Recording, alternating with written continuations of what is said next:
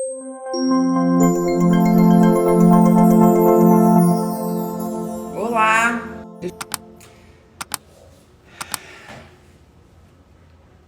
Boa tarde. Boa tarde. Eu tô aqui, como combinado, para fazer uma live com uma pessoa sensacional. Se você ainda não a segue, vale a pena seguir. Doutora Ana Bacarin. A Ana é oncologista e ela é uma pessoa muito perspicaz, muito inteligente, faz uns posts muito...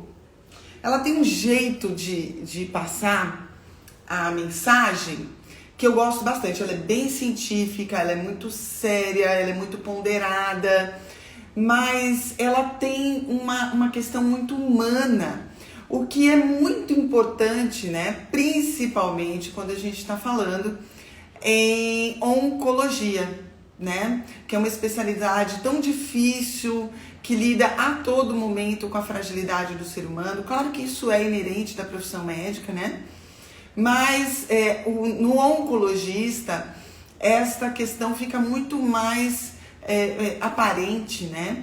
É tudo muito lábil e tem uma questão que envolve muito o emocional do paciente, porque infelizmente a palavra câncer ainda é uma palavra muito difícil. Eu vou colocar aqui, Érica, fez bem, tá? É bom saber sobre o que a gente vai falar para todo mundo quando entrar, né? É Ana Bacarin, eu já vou colocar ela para dentro, tá? Câncer e sexualidade. A princípio, a gente vai falar sobre isso, mas existem muitas coisas que envolvem o diagnóstico do câncer e que eu acho que pode ser importante a gente acabar abordando aqui. Deixa eu ver se a Ana já tá por aqui. Aqui. Ela já vai entrar, tá bom? Então, tem tantos aspectos. Olá, minha querida. Oi, querida, tudo bem? Ai, você tá tão bonita. Ah, seus olhos, imagina. Tá sim, tá sim. Ana, eu tava falando aqui o quanto eu gosto da sua abordagem, da forma Obrigada. que você é muito séria, muito científica, que a gente precisa disso, mas que isso em nenhum momento deve diminuir a importância do ser humano, né? Que está por trás, ou seja, a gente tem tantas coisas que permeiam o conhecimento científico e eu sempre coloco aqui nas redes sociais, quando me perguntam, pode fazer isso, pode fazer, tudo depende, né? E dentro da oncologia, essa sua forma de passar as coisas, eu percebo nos seus posts que você pondera muito, você pensa muito, você tem muito cuidado com o que você fala e cuidado com a visão que você tem do ser humano paciente, né? A impressão que eu tenho, Ana, é que quando você vê um paciente oncológico, você vê muito além do tumor. Essa, mais ou menos, a sensação que eu tenho. Então, é por isso, assim, que eu li um post seu falando de câncer, sexualidade, que é um tema tão importante, né, e tão sensível, principalmente quando a gente fala em câncer de mama. Tem tantas coisas que permeiam, né, o câncer de mama, no caso da mulher, de autoestima, de hormônios, de secura vaginal, tem tanta coisa em volta, né? E aí, por isso que eu falei contigo aquele dia, eu falei, Ana, vamos falar sobre isso, né? Porque é um assunto pouco falado, parece que... Não, a vida da pessoa, a partir do momento que ela teve o diagnóstico do câncer, é apenas o câncer, né? Como se ela não continuasse viva, né? E ela não tivesse que ter também qualidade de vida. Ana, se apresenta, fale um pouco mais sobre você, por favor. Bom, primeiro, obrigada, querida. Foi um prazer, eu amei o convite. Eu fiz até esses dias, eu fiz uma participação no Oncoguia, no evento anual que eles fazem para os pacientes com câncer de mama. Me deram só 15 minutos para falar sobre isso e quando eu empolgo, eu vou falando, porque realmente é um assunto muito fascinante. Para quem não me conhece, então, eu sou oncologista, né? Formada, tem toda a minha formação tradicional, então fiz a faculdade de medicina, fiz 2 anos de residência em clínica médica, que é pré-requisito para a especialidade, né? E fiz 3 anos de residência de oncologia depois, A oncologia é uma das únicas, eu acho que é a única, na verdade, especialidade clínica que são 3 anos ao invés de 2, né? Então, fiz a minha residência no AC Camargo, tive uma formação tradicional muito sólida, assim, muito boa. Eu Sou acho muito... ótimo. Isso é assim, muito importante. Isso é a gente ter todos os lados da moeda, né? A gente não exato. achar que a gente só tem martelo, né? Quando a gente só tem martelo, tudo é prego, né? Então, assim, Exato. ter a visão bem tradicional, bem acadêmica, bem pé no chão, é super importante para ter o outro lado também. Exato, exatamente. É por isso, é só depois que eu tive toda essa formação sólida, bem consolidada, que realmente eu fui unir, buscar outras coisas e fui filtrando o que fazia sentido para mim e o que não fazia, né? Então, depois, esse mês, eu vou ter uma live também só sobre... só para os médicos, mais para os profissionais da saúde, como que eles podem trilhar esse caminho. Então, eu vou falar muito sobre isso, né? Quando você tem a formação na especialidade boa, né? Assim, bem sólida, você consegue filtrar, né? Nem tudo vai te convencer, nem tudo vai fazer sentido para você. Exatamente. Então, realmente, é isso. Eu fui me apaixonando por essa questão de enxergar além do tumor, de enxergar o paciente oncológico na sua complexidade. E quem me deu essas respostas foram os próprios pacientes, porque quando eu ficava focada só em tratamento, só em quimioterapia, e tentando explicar para aquele paciente que era aquilo ali mesmo, ele tinha que aguentar aquilo, aqueles efeitos colaterais e tudo, eu fui vendo que o olho do paciente ele ia parando de brilhar, literalmente isso. Parece uma coisa meio poética, né? Parece uma coisa meio poética. Não, tô arrepiada com o que você falou. Mas é verdade. Então, assim, isso não adianta eu saber os dados dos estudos randomizados, eu saber hazard ratio, eu saber P do estudo, eu saber nome e sobrenome do autor, se o olho do meu paciente na minha frente tá, sabe, opaco, ele tá sem alegria de viver. Isso, assim, de verdade, sabe? Isso foi me deixando triste. Eu acho assim, para que eu estou acordando, né? Não é para melhorar a vida dos outros, que eu estou saindo da cama para trabalhar. E eu não estou conseguindo só com essa abordagem tradicional. Então, eu fui buscar outras respostas e fui montando a minha medicina integrativa filtrada, né? Eu fui pegando tudo, aprendi muito. Eu assisti aula sua quando você nem sabia que eu existia ainda. Eu assisti uma aula sua aqui em São Paulo. É mesmo? Aprender... Sim, você nem sabia. Eu estava na primeira fila. Uma aula sobre o biointestino. Acho que foi 2018, alguma coisa assim. Você nem sabia ainda, mas eu já estava atrás de você para aprender com você sobre intestino. Então, eu fui rodando muito, aprendendo com os colegas, entendeu? E aí fui construindo a minha forma de enxergar o paciente oncológico. E essa parte da disfunção sexual é uma coisa que foi me apaixonando, porque eu fui vendo como que a gente agride a mulher com o nosso tratamento e, ao mesmo tempo, a gente não tem muita solução para propor. Então, não dá para você, né? Você informa para aquela mulher que aquele tratamento ali, ela tem que ficar sem hormônio, ela tem que entrar em privação hormonal, e quando aquilo vai acontecendo na vida dela, impacto no casamento, impacto na saúde emocional, ela traz aquilo de volta para você, e se você não tiver um preparo, você fala para ela, olha, é assim. No estudo tá, é isso. Eu não tenho outra. Não, você tem que aceitar viver assim, porque é assim, porque tá publicado, foi publicado, né? Assim, a literatura diz que precisa ser isso. Então, eu quis assim refinar o meu nível de discussão com a paciente, entendeu? Então, que soluções que eu vou propor para ela dentro da ciência, dentro do que é aceitável fazer, para que ela volte a ter uma vida. E quando a gente está falando de sexualidade... Um pouco de qualidade, né? Porque exato. Não é só sobreviver, né, Ana? Tipo, isso. O triunfo do médico. Né? Eu tenho aí uma expectativa de vida muito... Ela viveu muito acima da expectativa de vida. Nossa, minha glória. Mas a que preço, talvez, né? Exato. A sobrevida global é o endpoint de ouro da oncologia, né? Dos estudos. É tempo de vida mesmo, né? E a qualidade de vida é um endpoint mais, assim, deixado de lado, né? Então, assim, eu passei a valorizar muito esse endpoint, né? Viver o máximo de tempo possível às custas de que qualidade, né? Porque isso realmente faz muita diferença. Sem dúvida nenhuma. E esse mês, né, como a gente está falando em outubro, né, vem muito essa questão do câncer de mama. Né? E a gente sabe que o tratamento que envolve bloqueio hormonal... Não, primeiro que tem a questão da cirurgia, né, da mastectomia, que tem um apelo muito estético, em primeiro lugar, né, autoestima, a mulher não é só estética, né? A mama tem um significado para a mulher, né? Ali eu nutro um outro ser, é um órgão sexual, né? É uma zona erógena, né? A mama. E aí, de repente, ela passa pela cirurgia e depois que existe aí alguns tratamentos, dependendo caso a caso do próprio tumor, em que há necessidade de fazer esse bloqueio hormonal aí, né? Dali para frente. E às vezes a gente entra em contato com pacientes muito jovens, né?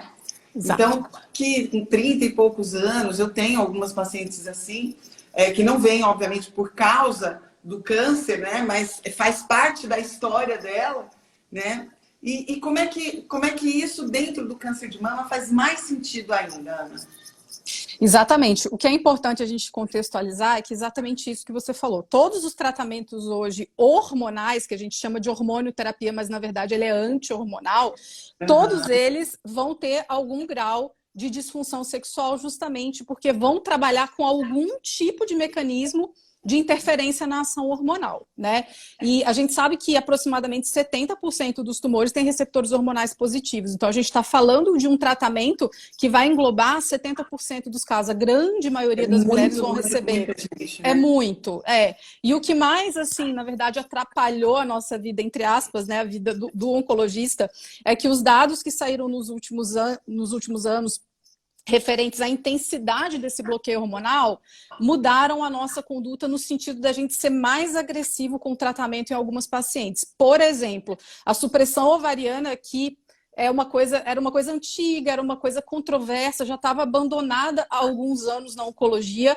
De uns anos para cá, voltou com força total, porque um estudo mostrou claramente que melhorou o desfecho de cura das pacientes, principalmente as pacientes mais jovens. Então, agora, a gente voltou, né? Na verdade, a gente avançou, mas retrocedeu ao mesmo tempo, porque a gente pega uma paciente que está lá nos seus 30 e poucos anos, nos seus 40 e poucos anos, ela está bem longe da idade dela de menopausa fisiológica, com câncer receptor hormonal positivo, muitas vezes com alto risco de recorrência, e a gente tem que falar para ela, olha, eu vou precisar te menopausar, numa idade onde, né, ela precisa dos hormônios para a vitalidade dela. Então, assim, eu tenho que ter essa discussão científica com ela, olha, realmente vai fazer diferença para você, eu vou aumentar a sua chance de cura se a gente entrar com a supressão ovariana, se a gente entrar com o bloqueio hormonal. Com inibidor de aromatase ou tamoxifeno. E, ao mesmo tempo, você vai ter que saber lidar com todas as consequências que isso vai trazer na vida da mulher. Então, assim, só de forma resumida, para a gente falar um pouco sobre quais os tipos de hormonoterapia. A gente tem o tamoxifeno, que é uma das drogas mais antigas da oncologia, né? Um dos mais utilizados. Ele é um modulador seletivo do receptor de estrogênio, é um SERM, tá? Então, o que ele vai fazer? Ele vai bloquear os receptores de estrogênio na mama, ele tem um efeito de bloquear na mama e tem um efeito agonista do receptor de estrogênio em outros tecidos. Por exemplo, endométrio, né? Por isso que ele tem um risco pequeno de dar câncer de endométrio, muito pequeno, mas ele tem um efeito agonista no endométrio e também pode ter um efeito agonista no osso, tá? Na mulher que está menopausada já, ele tem um efeito agonista no osso, tanto que ele pode até melhorar a osteoporose. Na mulher... e na mulher que está na pré-menopausa, não. Ele pode acelerar a perda de massa óssea, tem trabalho mostrando, principalmente em coluna lombar, acelera a perda óssea. Mas, de qualquer forma, o tamoxifeno é uma das drogas mais antigas, uma das mais utilizadas, e tem esse mecanismo de ação, bloquear receptor de estrogênio na mama. Aí a gente tem os inibidores de aromatase, né? A aromatase é uma enzima que vai fazer a conversão dos androgênios, do hormônio masculino para o hormônio feminino. Para estradiol. E a gente só pode usar os inibidores de aromatase se essa mulher estiver com o ovário suprimido. Eu não posso usar o inibidor de aromatase numa mulher que não entrou na menopausa ainda, porque ele não é suficiente para proteger essa mulher, porque o ovário dela ainda está funcionando. Então, hoje a gente usa na mulher que já entrou na menopausa sozinho, a gente pode fazer o inibidor de aromatase isolado, ou associado... Qual que usa, Ana, o aromazin? A gente tem 3, né? 3 do Brasil. A gente tem o exemestano, né? Que é o aromazin, tem o anastrozol e tem o letrozol. Tá? Qualquer um desses, todos os 3 são mais ou menos parecidos. Então a gente já está na menopausa já para usar esse inibidor de conversão. Se ela não estiver na menopausa... Eu tenho que induzir a menopausa, que é o que Aí acontece com a mulher jovem, que eu estou explicando, Entendi. entendeu? Então, Ah, o estudo mostra que a supressão ovariana com inibidor de aromatase, e algumas vezes você pode fazer com o tamoxifeno, mas mais habitualmente a gente acaba fazendo com o inibidor de aromatase. Seria o tratamento de escolha para algumas pacientes de maior risco de recidiva. E quem são essas pacientes? Justamente as mais jovens. Então, essa é a controvérsia. As mais jovens, que mais precisam de hormônios, são as que mais ganharam a pancada, entendeu? Então, entendi. esse que é o nosso desafio mesmo da prática clínica. Então, a gente faz esse bloqueio ovariano com os análogos do LH-RH, né? Os mais usados aqui no Brasil é a gozerelina, tem a triptorelina também, pode fazer mensal ou trimestral, mas você vai ter uma meta de supressão ovariana ali naquelas mulheres também. O estradiol, ele fica muito baixinho. Muito baixo. Muito baixo, geralmente fica abaixo de 2,7 picogramas por ml, que é a meta terapêutica que a gente costuma ter.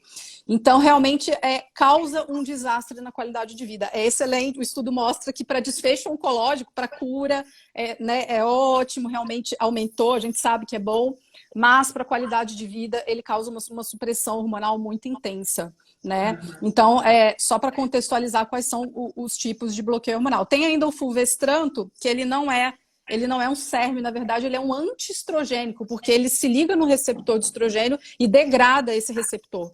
Então, ele é um bloqueador mais potente mesmo, ele é como se ele desaparecesse mesmo com o receptor de estrogênio, só que ele só é usado em doença avançada. Ele não é usado nem para adjuvância e nem para neoadjuvância, para cenário curativo.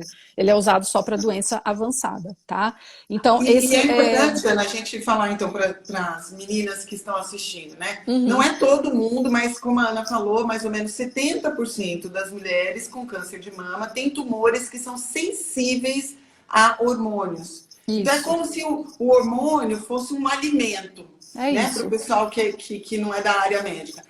E aí, durante o tratamento, para curar e para impedir que esse tumor volte, é preciso tirar o hormônio dessa mulher, né? Então, esses 70% das mulheres precisam dessa diminuição do estradiol, né? De uma forma ou de outra, tem que diminuir.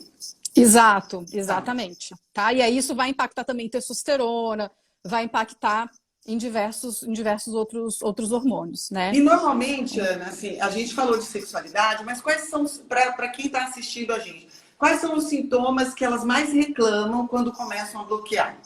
Perfeito. Então, assim, é interessante que algumas mulheres, elas podem ter alteração de libido só, né? Então, elas podem ter alteração do impulso sexual, elas não conseguem ter vontade de iniciar a relação sexual. E isso é um mecanismo mais complexo, é um mecanismo mais difícil da gente mexer, tá? Em alguns casos, né, a gente pode ter um componente ligado a neurotransmissor mesmo, então a gente sabe que a dopamina e a noradrenalina são neurotransmissores excitatórios, né? E a serotonina é um neurotransmissor inibitório, né? Do ponto de vista dessa parte de desejo sexual, por isso que os antidepressivos, né, que inibem a recaptação da serotonina, tem o efeito, né, boa parte deles, de reduzir a libido. E a bupropiona, por exemplo, que age em dopamina, que aumenta a dopamina, pode até aumentar a libido. É um antidepressivo que é interessante de usar em algumas pacientes, muito embora em usuária de tamoxifeno, na grande maioria das vezes, não pode usar quase nada, porque o tamoxifeno, ele precisa de uma enzima no fígado chamada CYP2D6 para produzir o endoxifeno, que é o metabólito ativo. É o metabólito ativo, tá. Exatamente. Então, várias drogas interagem com a CYP2D6 e aí vira uma confusão, a gente acaba não tendo muito, assim, como manejar, né, com o antidepressivo. Mas... de forma Primeiro, geral... então, assim, a queda da libido, né? Isso, a queda da libido. Sintomas, isso, né? Então... a queda da libido. E aí tem mulheres que vão se apresentar com sintomas de vaginismo mesmo. Então, com ressecamento, dor, né? Muito desconforto na hora da penetração, na hora da relação sexual, né? Então, essas são as principais queixas, né? E uma coisa vai puxando a outra, né? Eu falo, como que você vai ter libido se toda vez que você vai transar é uma dor, sabe? É um sofrimento. Você às vezes está tendo a relação por conta do marido ali, por conta, né? Tem muitas pacientes que relatam. Né? Forçando, exatamente. E aí, isso vai tendo uma alimentação, né? Uma retroalimentação ali negativa na libido. É, porque né? ela antecipa o sofrimento, né? Ela fala, ai meu Deus, hoje eu vou sofrer de novo. Ou seja, não, ela, Exato, né, ela só está doando, né? Ela não está recebendo. exato. E a Além mulher, de ela falar entra. nos Pode outros falar, desculpa. efeitos da redução, né, do estradiol, como o calor, né, alterações de Isso, humor, né, a sim. própria osteoporose. Exato, exato. Não, são diversos outros fatores ligados às vezes, a um quadro de menopausa mesmo, né? Principalmente essas mulheres que estão em supressão e estão com inibidor de aromatase vão sofrer todos os efeitos colaterais de uma menopausa forçada e abrupta. Às vezes a mulher, quando ela vai falhando a menopausa É fisiológica, diferente, né? é diferente, ela tem tempo para o corpo dela ir se acomodando àqueles efeitos que vão se instalando lentamente, né? Agora, É, porque essa os receptores instalação, vão fechando, né? O nível vai isso. reduzindo, vai diminuindo a expressão de receptor, né? Então, eu costumo dizer que o receptor é como se fosse a garrafa, né? Então, eu tenho X número de garrafa, eu tenho tantos litros de hormônio que vão caber nesses receptores. Quando esses litros de hormônio vão diminuindo, o próprio corpo começa a tirar garrafas, né? Para eu não precisar de tanto líquido de hormônio. Então, a mulher numa menopausa mais fisiológica, que vai devagarinho caindo, tem mulher que nem sente o calorão, né? Tem mulher que nem vai, não, nunca senti nada. A maioria sente alguma coisa. Mas nesses casos é pior, né, Ana? Porque é de um dia para o outro, né? O corpo não está Muito, não tem tempo preparado, de né? adaptação. Então, assim, o corpo, Uhum. principalmente no primeiro ano de tratamento, é o mais crítico, sabe? Porque depois do primeiro ano de tratamento pode até ter uma certa acomodação desses sintomas, dependendo da mulher, isso é bem variável na prática clínica, mas o primeiro ano, ali, principalmente os primeiros 6 meses, é um desafio muito grande. E aqui a gente nem falou, né, Denise, da paciente metastática, que eu acho que é sempre importante a gente lembrar dessa paciente. A gente está falando né, aqui dos tratamentos mais usuais para doença localizada, mas você imagina uma mulher que tem metástase e que vai ter que fazer um tratamento crônico o resto da vida dela. E desses tratamentos, se ela for receptor hormonal positiva, vai, né, geralmente ela vai estar bloqueada o tempo inteiro, né? Porque aí a gente quer, se essa mulher está na pré-menopausa, a gente vai bloquear o ovário dela por um tempo super prolongado. Em alguns casos, a gente discute até oforectomia retirada do ovário, né? Então, a Uhum. paciente metastática é mais difícil ainda. A gente tem muita paciente jovem, metastática, casada, com filho, e a gente vê como que é mais, né, desafiador ainda, uma vez que aquilo ali não tem previsão de acabar. O tratamento vai ser a longo prazo. E tem toda aquela questão que você falou também. É como se depois do diagnóstico do câncer, a paciente só ficasse naquela nuvem de doença, doença, doença, e ninguém lembra de pedir, né, de cuidar da sexualidade de uma paciente com metástase. Às vezes ela está passando com um oncologista que às vezes é homem, fica aquela Uhum. situação, como que vai conversar, né? Então, na verdade, homem ou mulher, assim, hoje não é muito habitual o oncologista ter a proatividade de perguntar. Tá Sobre isso. transando? Como que tá, né? Como é que Entendi. tá a sua vida? Tá, na hora que você transa, tá tendo prazer, não tá doendo. São coisas que existe uma coisa até cultural, né? De um pouco de constrangimento de entrar nesse assunto. Então é muito comum isso ir passando batido durante muito tempo. E aí, quando às Porque vezes sabe o tem. que eu acho? Que a impressão que dá é que parece que isso é tão pequeno perto do tratamento do câncer não, não, nem vamos falar nisso, porque o mais importante, né, é tratar o tumor, né? Tratar. Então parece assim que se tocar nesse assunto está sendo até um pouco leviano, né? Como Como se fosse uma infelizmente, bobeira. Uhum. infelizmente, anos anteriores, né? Eu tenho 45 anos, a minha geração é um pouquinho diferente, mas a geração anterior ainda à minha, sexo era uma coisa que para a mulher era totalmente secundário, né? O sexo era mais uma função de dar prazer ao marido, de reprodução. Ela não tinha direito ao seu próprio prazer. Isso não fazia parte, vamos dizer assim, do universo que a mulher tinha que se preocupar, Uhum. né? Na minha geração isso começou a mudar, mas hoje a geração mais jovem, ela é totalmente dona de si, a De mulher, si. né? Ela tem Uhum. muito mais postura em relação assim, eu quero ter prazer, eu gosto disso, eu gosto daquilo, eu não gosto daquilo, eu não estou aqui só para te servir, vamos dizer assim, né? Parceiro ou parceira, né? Então, hoje eu É, acho que as coisas cabe mais hoje, muito mais, né? Você abordar esse tipo de coisa, né, Ana? Exatamente. Muitas mulheres pedem dicas, assim, né? Várias, assim, a gente manda às vezes mensagem, nossa, como que eu vou abordar isso com o meu oncologista? Eu passo, né? Ele é homem, eu tô constrangida. Eu falei, gente, a mulher, ela tem que aprender a impor o que é importante para ela. Então, assim, não tem. Se tem alguém subestimando o sintoma ou não dando o valor que é necessário para que ela prossiga o tratamento, a gente precisa criar essa cultura da paciente reforçar o que é melhor para ela. Ela reforçar a importância daquela disfunção na vida dela. Olha, não está dando, está tendo um impacto profundo no meu casamento, né, na minha relação, na minha dignidade, na minha autoestima. E o que, que acontece? Se essa paciente não aderir ao tratamento, aí sim o risco de recorrência da doença vai aumentar. Então, o oncologista precisa ficar esperto para não, às vezes, minimizar um transtorno que está enorme, entendeu? Porque a chance de abandono do tratamento dessa mulher vai só aumentando. Olha, até que eu chega tive uma uma hora, paciente assim. ela fala, não Eu quero. tive, Se a minha vida for essa e você não me der uma solução, eu não quero. E eu aí tive uma sim, paciente assim. Ela tinha exato. tido um câncer de mama, tinha sido operada, e ela veio comigo para tratar intestino, digestão e tudo mais. E na história ela falou: ah, não, eu tomo bloqueio, né? Faço bloqueio hormonal e tal, tô bem, né? E com o passar do tempo, ela teve uma recidiva. E aí, quando ela teve a recidiva, ela falou assim: eu não vou mais tratar. Uhum, Aí eu falei, mas ela falou, não, porque eu tenho, acho que ela tinha 38 anos, ela nem veio mais, eu não sei o que aconteceu, porque já tem bastante tempo isso. É porque eu insisti com ela, eu falei, não, você não pode fazer isso, volta lá no oncologista, você é nova, você tem filho pequeno e tal. Ela falou, não, mas para viver desse jeito eu prefiro não exato. viver. Então minha família não sabe que eu parei, só meu esposo que sabe e tal. E foi muito chocante isso para mim na época, né? Mas Mas isso acontece muito. eu tinha acho que uns 42 na época, e hoje eu sou uma mulher no climatério. Eu já estou assim, não posso dizer que eu estou na menopausa, porque eu fico, de vez em quando, menstruo, assim, né, do nada. Mas, por exemplo, agora eu estou desde maio sem menstruar. Então, Uhum. eu sei o sentimento, sabe? Claro que o dela é muito pior, né? Porque ela tinha 30 e poucos anos e não estava que nem eu, porque o meu processo vem desde 2018, de irregularidade menstrual e tal. Então, eu sei o que é o calor, né? Eu sei o que é, às vezes, você ficar desanimada, triste e tal, pela falta do estradiol.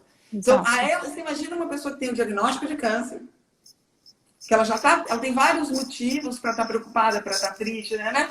E aí, falta estradiol, né? E na época, eu Exato. fiquei assim, muito indignada. Eu falei, não, você não pode, você tem que voltar no oncologista. Talvez ela nem tenha voltado para mim por causa disso, né?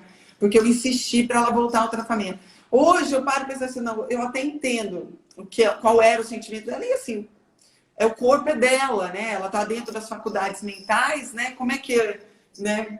E aí, como é Mas que aí você que eu acho faz, Ana? interessante a gente abrir um parênteses, né? Porque, por exemplo, eu acho que o oncologista ele tem um papel, eu acho, de responsabilidade de tranquilizar essa mulher desde o início do tratamento. Então, na verdade, a gente precisa, né, de mais oncologistas que se interessem em estudar os Uhum. trabalhos, né? Tem muita coisa diferente, interessante para fazer em relação à Isso que parte eu ia te sexual perguntar. de tópicos vaginais, vou falar um pouco sobre isso, Tá. né? Então, na verdade, se esse oncologista, ele fala, é como eu falo para os meus pacientes, olha, a gente vai fazer, não estou dizendo que vai ser fácil, vai ser difícil, o seu corpo vai sentir, mas eu tô junto, eu não vou deixar você ir para o buraco, eu tô aqui, a gente está junto, a gente vai caminhar junto, e o meu compromisso é minimizar o máximo possível o impacto desse tratamento na tua qualidade de vida.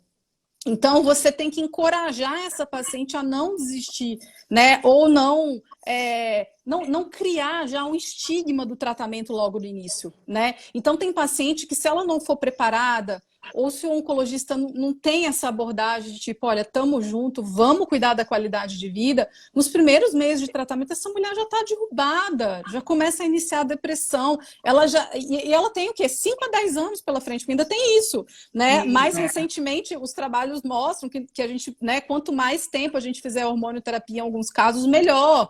Então, agora a gente já discute fazer 10 anos de bloqueio hormonal, entendi. né? Porque antes eram 5, né? Eram 5, né? Hoje ainda continua 5 para alguns casos, mas para outros a gente já discute 8 a 10. né? Então, o oncologista, eu acho que ele tem essa missão de...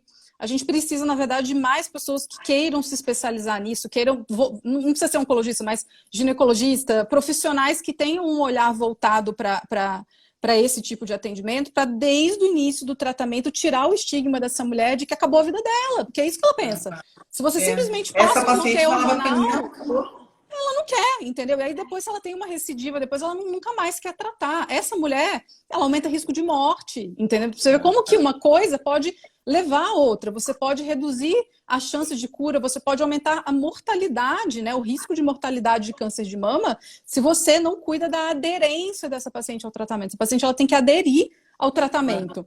Então, hoje, existe saída, apesar da gente... a gente hoje não tem autorização nenhuma para fazer reposição hormonal em paciente que já teve câncer de mama, tá? Independente de ter receptor hormonal positivo ou negativo. Então, a gente tem um estudo antigo, na verdade, em 2001, tiveram 2 estudos simultâneos correndo ao mesmo tempo na Europa, tá? Um desses estudos mostrou, ele foi interrompido precocemente, se eu não me engano, em 2003, porque aumentou mais de 200% o risco de recorrência de câncer de mama com a reposição hormonal. Aumentou absurdamente, assim, absurdamente. Então, eles usavam, tudo bem que tem algumas críticas, a maioria das pacientes tinha linfonodo positivo, então já eram pacientes que talvez tivessem uma gravidade maior. Exato, um risco de recorrência maior. Eles usaram dose alta de progestágeno sintético, mas mesmo assim, é um estudo que ele foi interrompido precocemente por esse aumento muito grande, né, do risco de recorrência. E o outro estudo que estava correndo paralelo a ele na época foi interrompido por conta disso. Então, também a gente não tem, na verdade, é um dado muito conflitante, mas a gente não tem segurança de propor nenhum tipo de reposição hormonal, assim, a longo prazo, transdérmica ou oral, entendeu? Com estrógeno, com progestágeno, nessas pacientes, mesmo as com tumor triplo negativo ou HER2 positivo sem expressão do receptor hormonal. É importante dizer que assim, às vezes eu vejo algumas pacientes que chegam usando já, assim, até testosterona, sei lá quanto tempo, né? Falar um pouco até dessa questão da testosterona, né, Denise? Que eu vejo que muitas mulheres chegam, assim, absolutamente encanadas mesmo com a questão de testosterona, porque... De usar testosterona, querendo usar. Querendo, assim, categoricamente, porque eu sei que é isso que tá o meu problema. Então, a gente tem diversos problemas relacionados a esse diagnóstico, né, de disfunção sexual relacionada à testosterona. A gente sabe que o ensaio laboratorial, ele é falho, né? Não existe um critério laboratorial, um ponto de corte no qual a gente tenha certeza que aquela paciente ali vai estar sintomática. Então, às vezes, a gente vê pacientes com dosagens baixinhas de testosterona e não estão com nenhuma queixa de disfunção sexual. Outras não têm uma aparente insuficiência e tão sintomáticas e tão com queixa de queda de libido. Então, a correlação, né, da disfunção sexual com a dosagem sérica da testosterona, com a dosagem no sangue, é uma correlação ruim, né? E o nível sérico da testosterona também não traduz a ação intracelular, né? Então, muitas vezes a mulher, você que estuda medicina funcional também, todo mundo, né, tem esse raciocínio. A ação intracelular é diferente. Às vezes você tem um nível sérico que não está se traduzindo numa ação intracelular adequada. Então... E sabe o que é interessante, Ana? Porque a sexualidade feminina ela é muito mais complexa do que parece. Então, eu vejo muito, essa semana mesmo, eu até peguei, eu tenho 2 celulares, né? Eu tenho um de trabalho e eu tenho o meu pessoal. E aí eu tava com uma paciente, ela, que eu quero fazer testosterona e tal. E eu, por causa da atividade física e por causa da massa muscular, todo mundo acha que eu tenho uma testosterona lá em cima. Eu falei pra ela, vamos ver minha testosterona? Mesmo porque, né, agora eu tô repondo estradiol e progesterona, né? Aí nós abrimos o meu exame que eu fiz em agosto.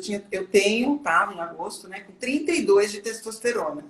E ela estava com 37. Eu falei assim para ela, olha isso aqui, ó. Não é necessariamente subindo a testosterona que a sua libido vai melhorar. Exatamente. Existem muitas coisas por trás disso. Às vezes, paciente com uma testosterona bem baixinha, você dá uma dose de 2,5 miligramas, que é bem baixinho para mulher, né, em gel transdérmico, e ela tem uma melhora absurda. Tem mulher que não é nada. Então, se ela usar 15 miligramas, não muda nada. Ela fica Exato. nervosa, cai o cabelo, tem acne, pelo e não tem libido. Uhum. Então, assim, é muito tentar simplificar o que não é simples, achar É que eu vou fazer a isso. reposição de testosterona e tudo está resolvido. E não é assim, eu, Exatamente. graças a Deus, minha libido está ótima. Ótimo, muito bom. Então, assim, Sem precisar usar testosterona. sem precisar usar. Nas pacientes com câncer de mama, a gente não tem nenhum dado de segurança que respalde a reposição de testosterona a longo prazo. O que a gente tem são estudos que, às vezes, olharam nível sérico e mostraram que não aumentou a dosagem do estradiol. Então, a gente tem estudos mostrando a fisiologia da reposição. Mas estudo prospectivo mostrando o impacto de reposição de testosterona em desfecho oncológico clássico, a gente não tem. Então, assim, todos os guidelines falam em discussão individualizada com a paciente. Realmente é isso. O último guideline da ASCO, da Sociedade Americana sobre Problemas Sexuais em Pacientes com Câncer, de 2018, ele o tempo inteiro fala isso.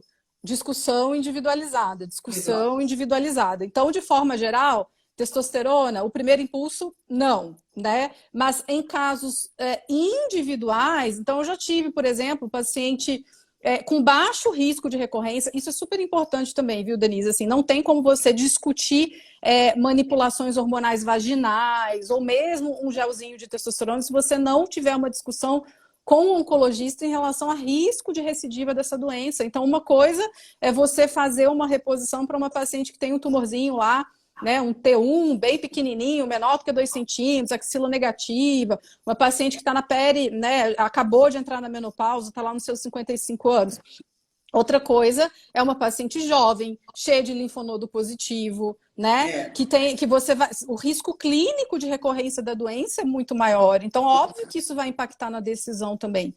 Então, a testosterona, a gente tem que educar as mulheres de tirarem um pouco o foco disso, de ficar nessa loucura de querer repor testosterona, porque o buraco é muito mais embaixo, não é tão simples quanto parece, tá? Então, assim, eu já usei em casos selecionados, casos assim, onde realmente tinha uma sugestão de que aquele nível laboratorial baixo estava correlacionado com a queixa da mulher, tá? Porque a gente já tinha tentado várias outras alternativas e só sobrou aquela, né? Então, por todas, a gente sabe que tem as limitações da metodologia, mas fazendo para aquela paciente específica, ela estava com a aromatase inibida. Então, o grande problema é que a testosterona, pela ação da aromatase, ela vai converter para estradiol. Então, né? Então, a aromatase ela precisa estar inibida. Se ela não estiver inibida, né? Então, por exemplo, com tamoxifeno, nem pensar, né? Porque a aromatase está livre, leve e solta. Se você repõe ali qualquer tipo de hormônio androgênico, você vai aromatizar e vai aumentar estradiol, né? Então, tem casos e casos. Casos assim, você sempre vai fazer uma discussão. Então, testosterona não é necessariamente uma alternativa segura e viável nesses casos. E aí, o que assim, é isso que eu tô te falando. É isso que eu tô te falando. Hã? O que a gente vai ter de alternativa para essas Não, meninas? então, exatamente. Da testosterona, a gente já viu que existem casos pontuais e selecionados na rotina do oncologista onde ele pode discutir, tá? Mas é com base individual. Você não vai ter um estudo que te fale, olha, é seguro né, nesse perfil de paciente. Não. Então, casos extremamente selecionados e você tem que acompanhar, não é tão simples de fazer, você tem que acompanhar com estradiol por espectrometria de massas, que é uma outra metodologia de dosagem do estradiol, entendeu? Muito mais sensível, né? Muito mais sensível, é diferente do imunoensaio, fazer pelo menor tempo possível. Eu estou paciente com 30 dias, já dá uma animada, aí ela já volta a ter relação e ela já começa a engatar numa vida. Então, ali você provavelmente não teve impacto em risco de recorrência nessa mulher, porque foi uma dosagem pequena, ela já tinha baixo risco de recidiva, foi super rápido. Então, assim, tem casos e casos e casos. Mas, de forma geral, a resposta geral é contraindicada. E tudo muito bem documentado, tudo muito bem escrito, muito cuidado, discutido, né? Mostradas todas as alternativas, todas as implicações possíveis, ela esteja bem ciente. Né? Talvez fazer até um consentimento informado, né? Para os colegas, eu estou dizendo, né? Isso. Eu não faria mesmo, não. Mesmo porque, eu acho que é a última alternativa. Então, por exemplo, vamos supor que essa paciente ela está tendo dor na relação sexual porque o canal vaginal dela está apertado. E ela tem uma testosterona lá que você pediu, tá 5. tá? Aí você está atribuindo que a disfunção dela é por essa dosagem baixa de testosterona, só que, na verdade, ela tem um vaginismo, ela tem uma atrofia, um estreitamento do canal vaginal. Se eu não trabalhar essa paciente com fisioterapia pélvica, não é testosterona, eu posso jogar essa testosterona no nível que for, que ela não vai melhorar, ela não vai melhorar. Então, por isso que precisa, tem dilatador vaginal que dá para você trabalhar. Tem, né, os lasers agora, né, Ana, também? Isso, os tem lasers vaginais, né? Exatamente, tem os lasers diversos. Agora, né? Tem diversos tipos de laser no mercado, mas também, dependendo do problema, o laser sozinho também não tem uma eficácia boa. Igual eu tô te falando, se a vagina da mulher tá estreitada, tá tão atrófica que ela tá estreitada, às vezes o laser, ele aumenta a produção de colágeno. Então, em alguns casos, dependendo da metodologia que você usa, se é laser de CO2 fracionado ou se é o Erbium, você vai ter níveis diferentes de estímulo de colágeno, e isso, às vezes, numa mulher que já está ali já com o canal apertado, mais rígida, aquilo a né? longo prazo pode aumentar o estreitamento. Então, nada é tão simples quanto parece. Então, por isso que eu sempre falo, nada é para todo mundo, nem nada é para ninguém. Né? Não é. Então, o laser vai ser... Depende. O laser vai ser incrível para algumas mulheres, em outras ele pode ser uma péssima ideia. Bem isso mesmo, entendeu? Legal. Então, por isso que assim... Teve uma que acabou de dar um testemunho aqui, que para ela a fisioterapia pélvica foi muito melhor que o laser. Aí, é exatamente o que eu estou falando. A fisioterapia pélvica, se ela trabalha aquela musculatura do assoalho pélvico, você ensina aquela mulher a fazer a dilatação. Eu agora, na clínica que eu estou montando agora, que eu estou mudando para uma maior... Parabéns, está ficando linda. Eu estava vendo essas stories, parabéns. Então, obrigada. E a gente vai ter uma sala voltada só para isso. Só para isso. A gente vai ter a sexóloga, vai ter a fisioterapeuta pélvica, vai ter, né, a aplicação do laser. Eu, né, vou escolher o laser específico, ainda não escolhi, mas eu vou escolher o certinho que eu quero trabalhar, que não dê tanto problema, esse risco, né? Eu vou escolher o que tenha menos risco de aumentar demais essa produção de colágeno, exatamente. Mas ali a gente vai ter uma abordagem multidisciplinar. Se a gente junta aquilo com... Por exemplo, a gente falou da testosterona transdérmica, toda aquela questão que não é uma boa ideia habitualmente, tá? Mas a gente tem manipulações vaginais, tá? Então, sempre a gente vai escolher trabalhar com... sempre que possível, trabalhar com manipulações não hormonais primeiro. Eu gosto muito de manipulações de farmácia de manipulação, que eu consigo colocar exatamente os ativos que eu quero ali, né? Tem os prontos de farmácia, mas é uma preferência minha, pessoal. Eu construí essa experiência e fui vendo uma resposta absurda das mulheres, assim, com as combinações que foram sendo feitas, tudo com estudo publicado, mas eu fui pegando a coisa de um estudo, do outro, juntei tudo. Você foi criando uma coisinha com a cara da doutora Ana Baccarin. Mas é verdade, os meus géis, assim, eles são géis, assim, personalizados. Não tem, eu fui pegando, e tudo tem trabalho. Tem trabalho de vitamina D e vitamina E para ressecamento causado por tamoxifeno. Olha que interessante. Entendeu? Então, se você, dentro da farmácia da farmácia magistral, você consegue explorar bem essas opções dos trabalhos científicos que são menos conhecidos, mas existem, não é uma coisa que você está inventando da tua cabeça. Você consegue explorar isso e criar opções mais otimizadas, tá? Então, a gente pode usar combinações, né, de ácido hialurônico, geralmente ele é o mais usado, né? A gente pode fazer, já tem pronto na farmácia, super simples de achar. Esse não tem contraindicação, esse a mulher pode usar sem prescrição médica, porque o ácido hialurônico não tem nenhum risco do ponto de vista de mexer em hormônio, porque ele, né, é uma manipulação 100% não hormonal. Então, o uso ali... Tem mulheres que precisam de uso diário, tem mulheres que precisam 3 vezes na semana, aí depende do grau. Ele é um hidratante vaginal, né? Então é importante falar. Ela vai usar aquilo ali de manutenção para hidratar a vagina fora do horário da relação sexual. Então a gente precisa de manipulações específicas para a hora da relação e manipulações hidratantes para ela usar de manutenção enquanto ela estiver fora da relação. Então, tem géis que dá pra gente mandar manipular, né? Que, igual eu falei no encontro, eles dão fogo no parquinho, literalmente ali. Eles estimulam o clitóris, eles estimulam as terminações nervosas do clitóris e com isso eles aumentam, às vezes, até a potência de orgasmo, né? Ai, que Então, legal. isso existe. Nossa, muita gente fala, mas eu nem sabia que isso existia. É só começar a estudar que você vai ver que existe bastante coisa legal com estudo, entendeu? Gente, nem tudo tá perdido.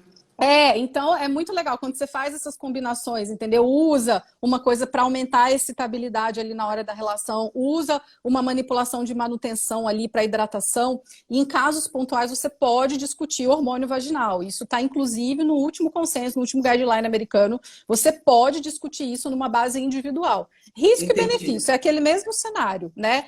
Levando em consideração qual é o risco clínico dessa paciente, qual é o grau de disfunção. Então tem paciente que tem uma atrofia muito severa, tem uma dor muito severa. Essa paciente não vai responder só com hidratante vaginal, só com ácido hialurônico. Nela, você realmente vai ter que discutir uma manipulação hormonal. Então, o estrogênio em baixas doses, né, vaginal, doses muito baixas, tem estudos mostrando a correlação dessa aplicação intravaginal com o exame de sangue. Esses são os estudos, eles mostram a fisiologia da coisa, né? Embora eles não acessem, aumentou o risco de recorrência ou não, mas eles mostram a dinâmica fisiológica e correlacionam isso com o nível sérico do hormônio. Então, esses estudos deixam a gente um pouco mais tranquilas em relação ao uso dessas manipulações. Então, por exemplo, em casos selecionados, né? Em casos selecionados. Quando a mulher tem uma atrofia muito intensa, eu tenho um paciente que, outro dia, semana passada, ela falou assim, doutora, eu tô aqui conversando com você, eu tô lembrando na minha vagina. Porque eu sinto ela seca o tempo inteiro. Então não tem relação só com a questão. Você imagina que horrível, né? Pelo amor de Deus. Começa a perder urina, né? Por diminuição do trofismo da musculatura, da própria mucosa, né? Então ali a uretra distal, né? Fica desprotegida também. Então ela está fazendo laser. Essas pacientes com atrofia também urinária, né? Porque tem receptor de estrogênio ali também na uretra, na via urinária.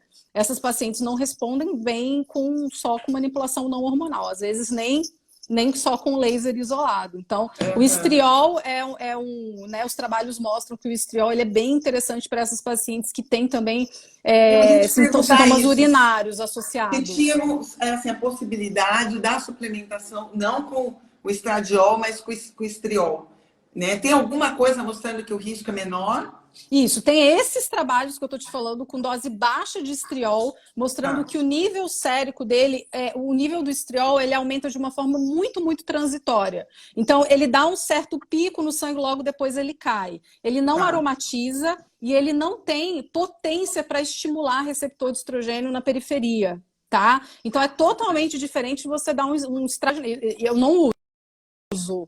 Principalmente para essas pacientes que têm essa meta de estradiol muito baixa, né? Essas que eu preciso manter abaixo de 2,7, que estão com supressão ovariana e inibidor de aromatase, essas daí, qualquer coisinha que você der que possa aromatizar, vai aumentar o estradiol dela. Então tem que ter bastante cuidado. Então tem estudo com dose baixinha de estriol, mostrando que, pelo menos do ponto de vista de fisiologia, parece ser seguro, tanto que o guideline ele endossa, né, essa discussão individual de você fazer esse uso pelo menor tempo possível. O ideal é você não deixar a mulher com manipulação vaginal meses seguidos, você não vai fazer isso, vai tentar deixar por um tempo mais curto, né? Tem também, eu amo de paixão a prasterona, né, que é o DEA, que aqui no Brasil a gente só tem também em farmácia de manipulação, também tem vários trabalhos assim bem elegantes mostrando que nas pacientes que estão com aromatase inibida não aumenta estradiol. Então a gente, né, o DEA intravaginal, né, a prasterona intravaginal, ela vai ter uma conversão para testosterona dentro da vagina. Na grande maioria das vezes ela já vai ter uma conversão que a gente chama entácrina, né, ali dentro da célula, né?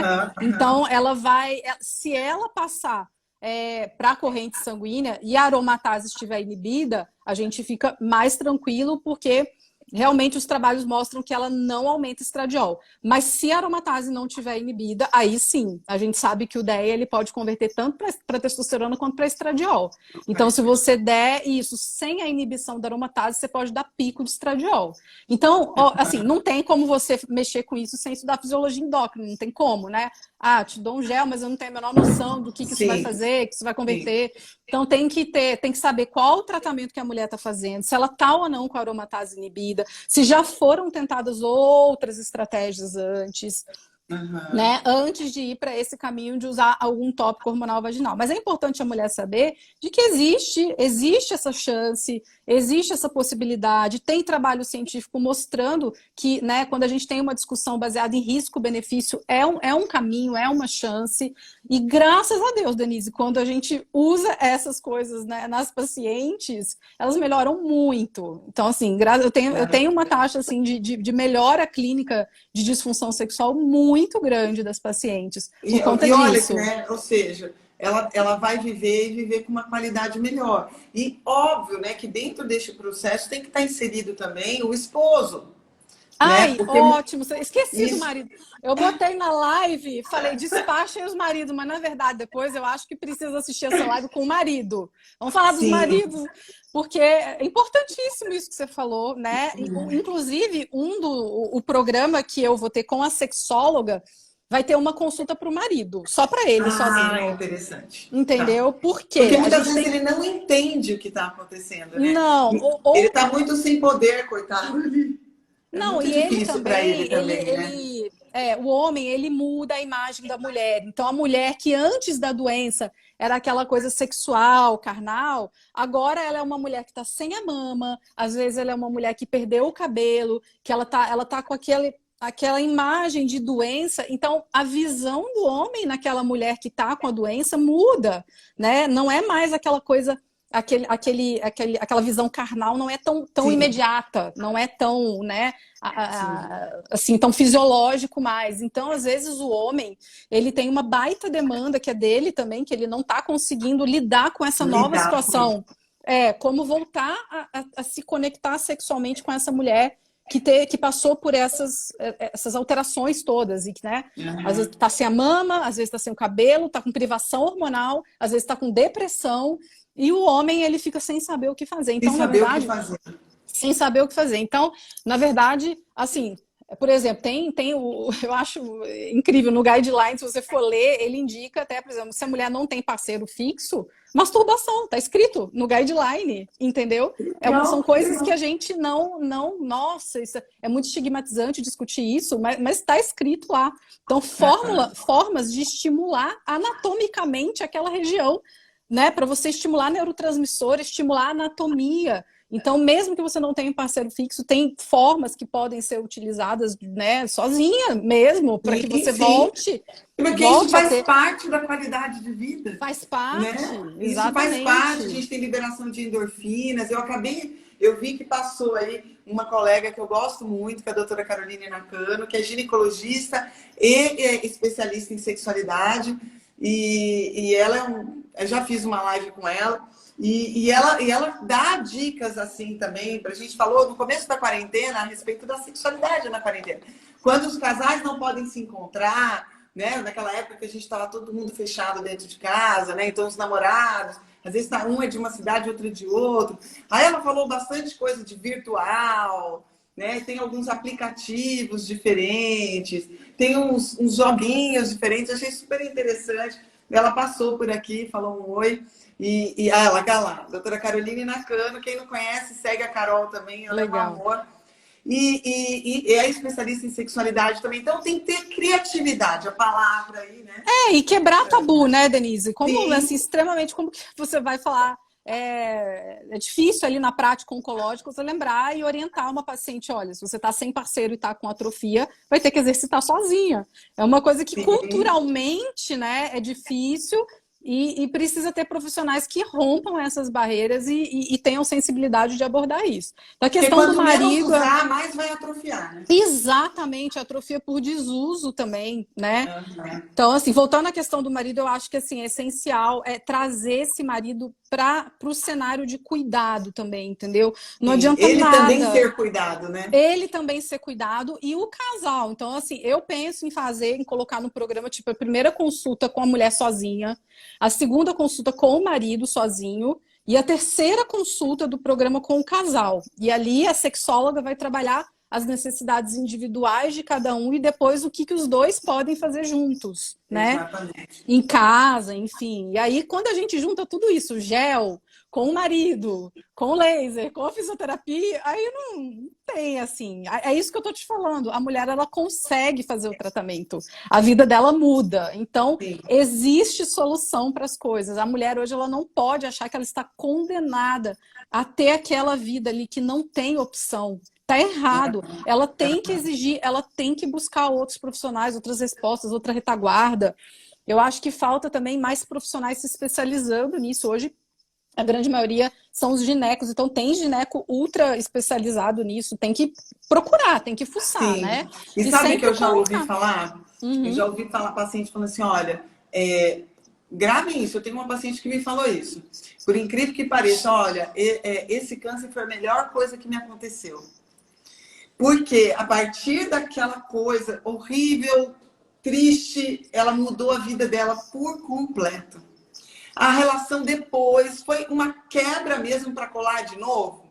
Foi mais ou menos assim, só que aí ela colou certo, sabe? Entendi. A impressão que ela tinha. Então é muito emocionante a gente ouvir isso de alguém, né? Doutora, eu sou outra pessoa depois do câncer. Hoje eu sou Nossa, uma pessoa que me preocupo com o que eu como. Hoje eu sou uma pessoa que dou valor às relações. Hoje eu estou muito melhor com meu marido do que antes. A gente aprendeu a sobrepor as dificuldades e hoje nós somos mais unidos. Hoje nós somos...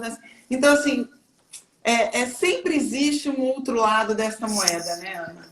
não é romantizar, gente, óbvio Não. que assim, é duro pra caramba, né? Principalmente para uma mulher jovem aí que vai ter que ser submetida a todos esses tratamentos pesados, mas é sempre, a gente realmente sempre pode escolher se vai enxergar o copo meio cheio ou meio vazio, né? Simplificando, né? Então, mesmo numa situação muito desafiadora e muito, né, assim, complicada como essa, a gente tem como escolher enxergar o copo meio cheio, principalmente se souber que existe ajuda, né? Exatamente. Às vezes a mulher, ela não tem acesso à informação e ela realmente vai achar que a vida dela, ela tá condenada a ter aquela vida. Então, assim, tem mulher que fica contando dia após dia para acabar o tratamento, assim, ela acorda e dorme pensando nisso. Fica na contagem regressiva, de tanto que ela sofre. Então, quer dizer, ela fica o dia inteiro pensando em câncer, em doença. O dia inteiro. Porque o efeito colateral ele está tão presente ali na rotina dela, num trabalho, ela nas nem consegue relações esquecer, sociais. né? Ela não consegue. A doença não sai dali, né? Você fez o tratamento com intuito curativo, mas ela tá com aquele estigma de doença o tempo inteiro. Então, é muito importante as mulheres saberem que existe saída, existe solução, dá para a gente fazer coisas assim personalizadas, baseado no histórico de cada um, cada paciente é único, cada paciente tem que ter a sua discussão individualizada com segurança, dá para a gente fazer tudo baseado na ciência, nada da nossa cabeça, nada porque a gente acredita, porque a gente... Não tem isso, dá para a gente fazer uma coisa totalmente científica, segura para a paciente, conhecendo o universo individual dela. Né? Então eu acho que... Lindo, lindo, é isso. A individualidade, né? É a É tão individualidade. bonito. A medicina, Exato. no final, a gente está caminhando para isso mesmo, né? É. Cada vez mais individual, ouvir mais, né? Até talvez, muitas vezes, ouvir mais o paciente do que falar, né? Deixar ele se expressar. Para algumas mulheres isso vai ser pequeno, para outras vai ser terrível, né? Exato. Cada uma vai ter um olhar diferente. Ana, vamos nos derrubar daqui a pouquinho. Vão. Queria te agradecer de coração. Imagina. Tenho certeza que a gente ajudou muitas mulheres. Eu vi muitas mulheres comentando. Tinham muitas pacientes suas. Tinha mesmo, eu vi aqui. Assistindo a live. Muito obrigada, viu? Pelo seu tempo. Eu que agradeço, Denise. E, gente, quem não seguia a Ana, por favor, comece a seguir. Nós temos 1 minuto. Se você quiser dar alguma última palavra? Não, eu acho que é isso. Eu queria também agradecer. Achei que foi uma delícia, foi ótima. Você vai deixar gravado, né? Vai ficar aqui. Então, quem não assistiu depois pode voltar a assistir. Assiste do começo, tá bom? Assistir do começo. Mas a mensagem que eu quero deixar é isso, é para as mulheres, assim, as mulheres entenderem que elas precisam também se colocar como, né, personagens principais desse processo de decidir o que é melhor para a vida delas. Então, nunca deixem que um médico minimize o seu sintoma, minimize ou empurre com a barriga, dizendo, não, é assim mesmo, é isso. Não é assim. Então, assim, briguem para ter qualidade de vida, sabe? Briguem para se fazerem entender do que realmente faz diferença na sua vida. Cada paciente, somente ela vai saber o impacto que aquilo ali está causando na vida dela, né? A ponto de poder acabar com o casamento, a ponto de causar uma depressão profunda. Então, eu acho que a gente precisa começar a ter essa cultura de falar mais sobre sexualidade, das mulheres serem mais ouvidas e falarem mais também sobre isso, né? E também dos profissionais começarem a estudar mais sobre isso, ler artigo científico. Não tem coisas interessantíssimas que a gente pode fazer para essas pacientes e que nenhum congresso de oncologia fala. Então, assim... Meu Deus. Então, mas tem. Tem. Vai atrás. Vai atrás. É só ir atrás que você vai achar. Você vai achar. Um beijo, minha querida. Beijo. Fica com Deus. Beijo. Bom final Você de também. domingo, viu? Para você também. Tchau, tchau. Um beijo. Obrigada. Tchau.